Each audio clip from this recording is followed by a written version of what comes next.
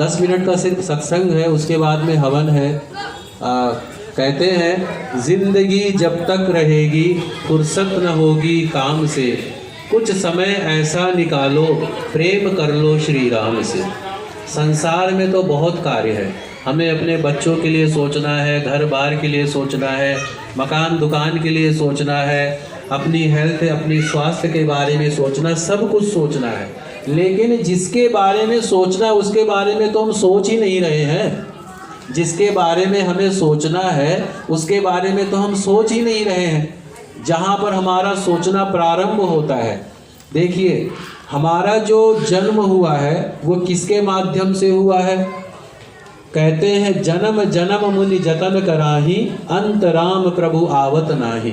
बड़े भाग्य से जो है, बड़े भाग मानुष तन पावा, सुर दुर्लभ मुनि ग्रंथ ही गावा। बड़े भाग्य से जो है मनुष्य की योनि प्राप्त होती है। और उस मनुष्य की योनि से अगर किसी ने पिछले जन्म में कोई अच्छा कर्म किया हो तब उसको जो है ब्राह्मण की योनि प्राप्त होती है। और ब्राह्मण की योनि प्राप्त होने के बाद में अगर किसी को प्रभु का सेवा का अवसर मिल गया हो तो इससे बड़े सौभाग्य की कोई बात ही नहीं हो सकती है। इससे बड़े भगवान की कृपा की कोई बात ही नहीं हो सकती है।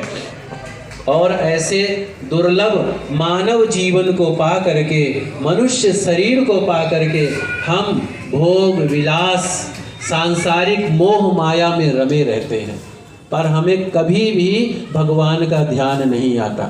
भगवान को हम सिर्फ एक जो है इस तरीके से याद करते हैं कि चलो भाई सारे समाज के लोग कर रहे हैं हम भी कर लें, लेकिन कभी भी हमारा प्रभु से प्रेम नहीं होता है। इसीलिए कहते हैं जब से हमने जन्म लिया है और हमारे अंत समय तक कभी भी ऐसा क्षण नहीं आएगा जब आप संसार के मोह माया से निवृत्त हो पाओ, संसार के मोह माया से छुटकारा मिल सके आपको, ऐसा कभी हो ही नहीं सकता है। लेकिन इसीलिए तो कहा है जिंदगी जब तक रहेगी फुर्सत न होगी काम से, कुछ समय ऐसा निकालो प्रेम कर लो श्री राम से। यानी कि ऐसा एक समय निकालना है कि जब हमें परमात्मा के प्रति वो समय निर्धारित करना है। 24 घंटे में से हमें 1 घंटा, आधा घंटा, 10 मिनट, 5 मिनट, 1 मिनट हमें परमात्मा के प्रति समर्पण करना है। जिस प्रभु ने हमें मनुष्य का शरीर दिया, हमें माता पिता भाई बहन पत्नी पुत्र पुत्री मकान दुकान व्यवसाय जिस प्रभु ने हमें दिया उसका धन्यवाद करने के लिए, उसको जो है नमस्कार करने के लिए, उसको प्रणाम करने के लिए, उसको जो है धन्यवाद देने के लिए हमें कुछ समय अवश्य निकालना चाहिए।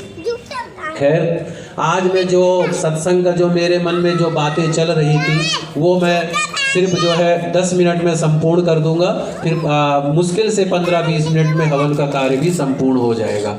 तो ये हम सभी का भाग्य है, हम सभी को जो है परमात्मा ने ये मतलब मन में ये बैठा के दिया कि जो है हमारा ध्यान होना चाहिए, भजन होना चाहिए। देखिए ना मैं करने वाला ना आप कराने वाले, ये तो हमारा और आपका भाग्य है। और मैं अपने आप को बहुत बड़ा सौभाग्यशाली समझता हूँ कि मुझे प्रभु ने यहाँ पर जो है निवास स्थान दिया, आप सभी का इतना प्यार स्नेह आशीर्वाद मिला। ये मेरे पूर्व जन्म का कोई आशीर्वाद होगा, ये मेरे जो है पूर्वाप्त का कोई आशीर्वाद होगा कि अच्छे लोगों का संग मिला। देखिए जीवन में ये बहुत बड़ी बात होती है कि आप अगर अच्छे लोगों के संग में हैं तो आप वैसे ही आपका सारा काम संपूर्ण हो गया है, और अगर आप कहीं बुरे लोगों के संग में हैं तो आपका सारा काम बिगड़ गया है। तो ये बहुत बड़ी परमात्मा की कृपा है। आज मैं आप सबसे कहने जा रहा हूँ समस्या या समाधान, इसके जो है जनक दाता कौन है। यानी कि हमारे जीवन में, सबके जीवन में परेशानी है, सबके जीवन में।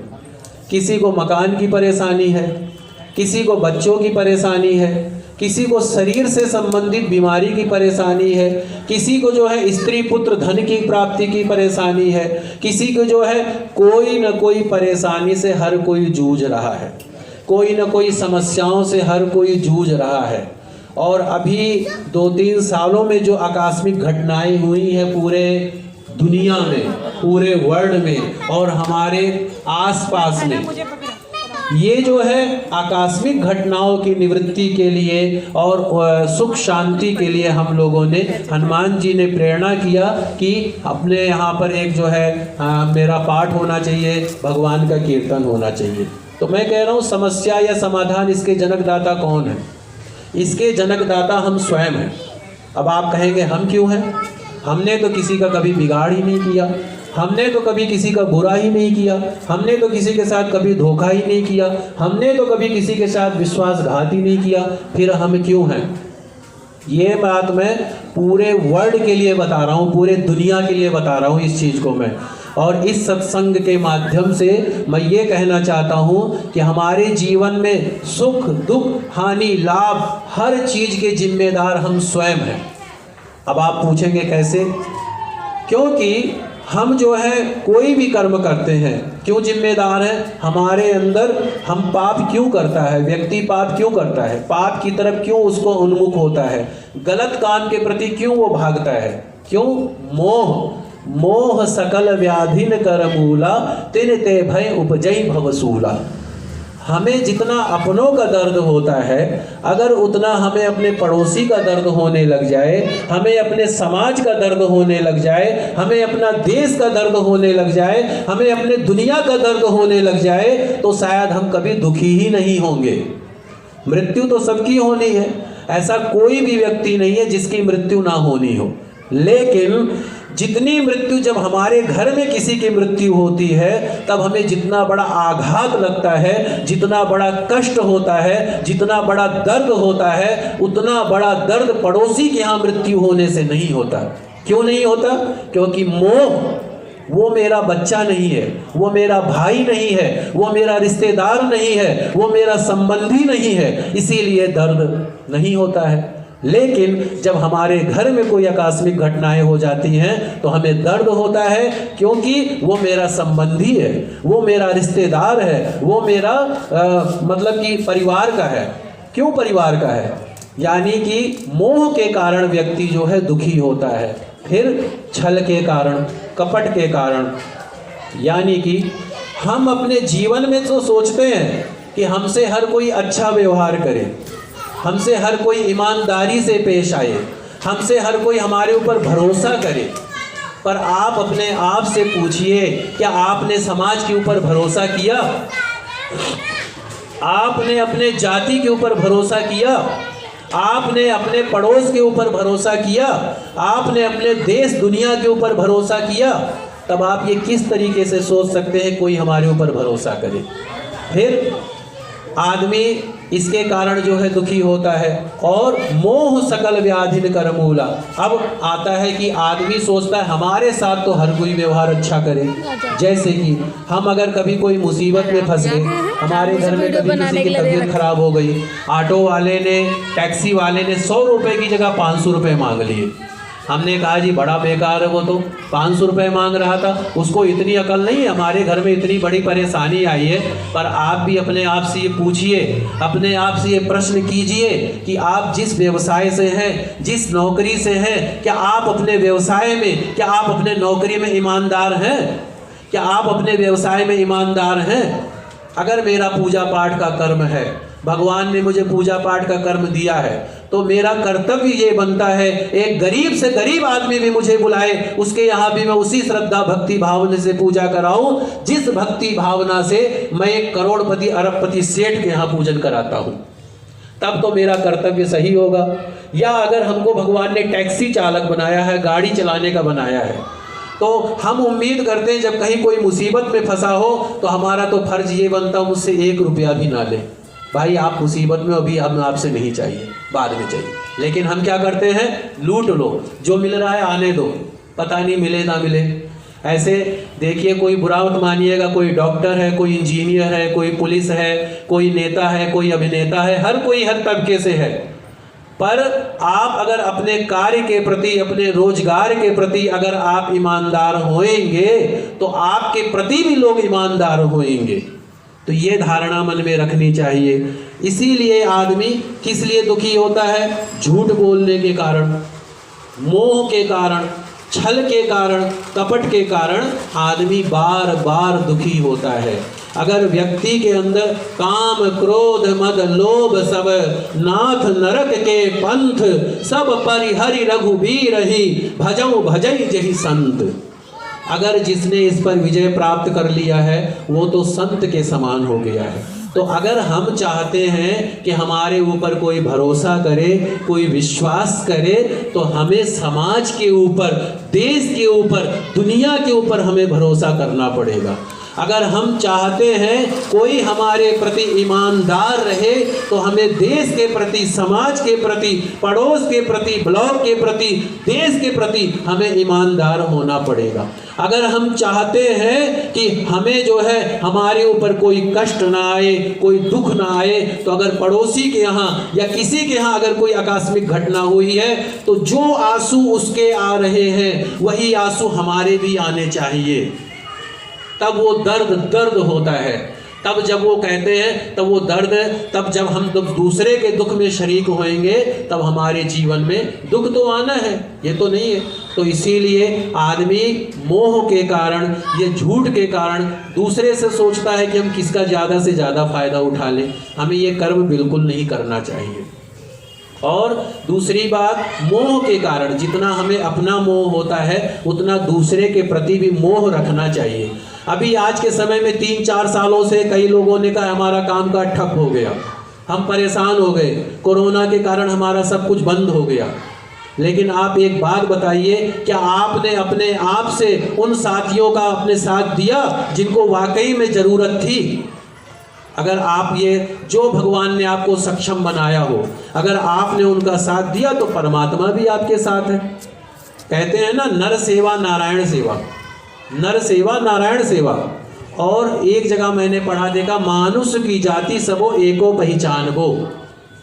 भगवान का सबसे बड़ा कर्म है, सबसे बड़ा धर्म है, सबसे बड़ा ग्रंथ है, सबसे बड़ा पुराण है इंसानियत को मानना, इंसानियत को पूजना, इंसानियत को देखना, इंसानियत के साथ जीना। हम अगर कभी किसी के प्रति काम आ सके, किसी के प्रति हमारा अगर कोई, हमारे द्वारा किसी का कोई भला हो सकता हो, तो ये हमारे ऊपर प्रभु की विशेष कृपा होती है। और देखिए, हमें नहीं पता कब कहाँ किसको कैसी ज़रूरत है, कब कहाँ कैसे कौन सा परेशान है। लेकिन अब मैं 3 चीज़ें बताने जा रहा हूँ आप सबको। एक, हमारे ग्रंथों में कहा गया है संन्यास धर्म को ग्रहण करें।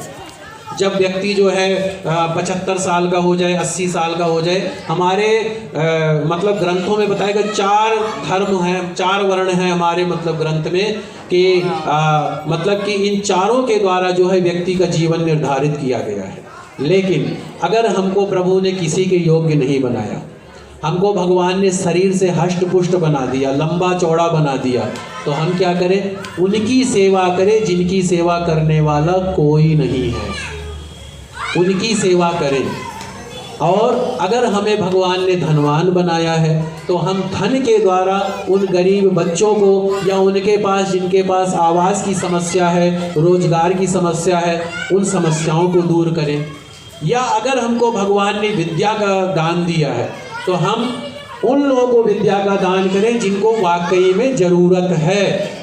तभी जो है हमारी विद्या जो है सार्थक होती है, तभी जो है हमारा धन सार्थक होता है, तभी जो है हमारा शरीर सार्थक होता है। अब आदमी को दुख क्यों होता है? अहंकार के कारण भी। अहंकार के कारण क्यों? भगवान ने अगर हमको बहुत बलिष्ठ बना दिया, तो हम दूसरों को क्या कहते हैं? दूसरों को कुछ भी नहीं समझते। जैसे मुझे कहना नहीं चाहिए, जो जिम में बॉडी सॉडी खूब बना लेते हैं अच्छी सच्ची, उसके बाद में क्या करते हैं? दूसरों को, रिक्शे वालों को, गरीब लोग होए ऐसे बोलते हैं, यानी दिखाते हैं हम ताकतवर हैं, हम फोड़ फाड़ सकते हैं, कुछ भी कर सकते हैं। या किसी को भगवान ने पैसा खूब दे दिया, अब पैसा मिलने के बाद में आदमी के अंदर अहंकार ना, ये हो ही नहीं सकता है। आदमी ने 5-6 मकान बना लिया, दुकान बना लिया, फैक्ट्रियां बना लिया, उसके वाणी में, उसके व्यवहार में कहीं ना कहीं अहंकार छलक रहा होगा।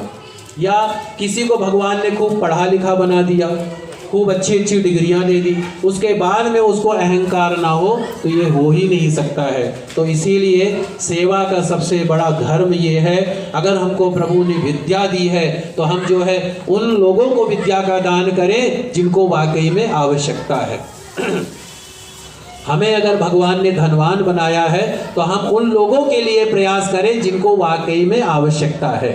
हमें अगर भगवान ने शरीर से हष्ट पुष्ट बनाया है तो हम उन लोगों की सेवा करें जिनको की आवश्यकता है, और हम किसी का नाजायज फायदा ना उठाएं, किसी के प्रति जो है अविश्वास ना करें, किसी के साथ धोखा ना करें, किसी के साथ जो है ऐसा काम ना करें जो हमारे साथ हो। क्योंकि ये कलयुग का नियम है, इसको कलयुग कहते हैं। 4 युग हुए हैं, सतयुग, त्रेता युग, द्वापर युग, कलयुग। इस कलयुग में जो करेगा वो तुरंत पाएगा। इसमें कोई ऐसा नहीं स्वर्ग नरक का, इसमें क्या है, अभी किया अभी के अभी तुरंत मिलेगा। इसीलिए ऐसे कर्म कीजिए, और जब व्यक्ति परलोक को जाता है ना तो ना उसका धन पुत्र मकान दुकान कुछ भी नहीं जाता, उसके कर्म उसके साथ साथ जाते हैं। उसके बीवी बच्चे और परिवार, माता पिता भाई बहन मकान दुकान सब एक क्षण में छूट जाता है। इसीलिए कमाना है तो परमात्मा का भजन का नाम कमाना चाहिए, और अगर निभाना है तो इंसानियत के धर्म को निभाना चाहिए, मानवता के धर्म को निभाना चाहिए। यही सबसे बड़ी पूजा होती है, यही सबसे बड़ा धर्म होता है, यही सबसे बड़ा ग्रंथ होता है, यही सबसे बड़ा पुराण होता है। इससे बड़ा ना कोई धर्म है, इससे बड़ा ना कोई ग्रंथ है, इससे बड़ा ना कोई पुराण है, इससे बड़ा ना कोई जो है परमात्मा की कृपा भक्ति है। क्योंकि परमात्मा लोगों के दिलों में बसते हैं, प्रत्यक्ष दर्शन नहीं देते परमात्मा। हनुमान जी महाराज साक्षात दर्शन नहीं देंगे आपको। हनुमान जी महाराज किसी न किसी के हृदय में बैठ करके, किसी न किसी के द्वारा प्रेरणा दिलवा करके उस कार्य को करवाएंगे। क्योंकि जब तुलसीदास जी ने कहा था कि मैं प्रभु श्री राम जी का दर्शन करना चाहता हूँ, तो हनुमान जी के द्वारा उनको प्रभु श्री राम के दर्शन की प्राप्ति हुई थी। तो हम सबको जो है ये सोचना चाहिए, अगर हमने मानव की सेवा की है, इंसानियत की सेवा की है, वही सबसे बड़ा धर्म है, वही सबसे बड़ा ग्रंथ है, और इससे बड़ा कुछ भी नहीं है। कहते हैं इंसान का इंसानियत से हो भाईचारा, यही पैगाम हमारा, यही पैगाम हमारा। बोलिए श्री लक्ष्मी नारायण भगवान की जय, श्री सत्यनारायण भगवान की जय। अगर आप लोग भी कुछ सत्संग 2 मिनट बोलना चाहें, फिर हवन का कार्य करना चाहेंगे।